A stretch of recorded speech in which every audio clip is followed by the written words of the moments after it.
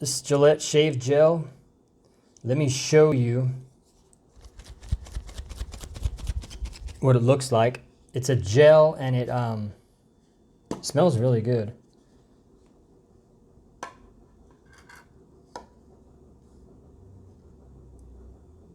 Now, it starts out as a gel, but once you, if you get out of the shower and if your face is really, really wet, it'll start to foam up. It won't get super, super, super foamy, as in really thick, like inches thick off of your face, but it can get about like this. It'll be about like this on your face.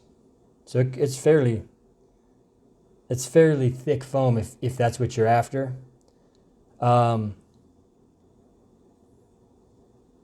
It starts off like a gel though, but it will foam up a little bit. And it feels good, smells good, shaves good.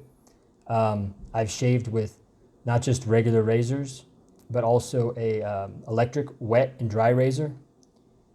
And it shaves well with that too. So I hope this helps, and I hope you have a great day.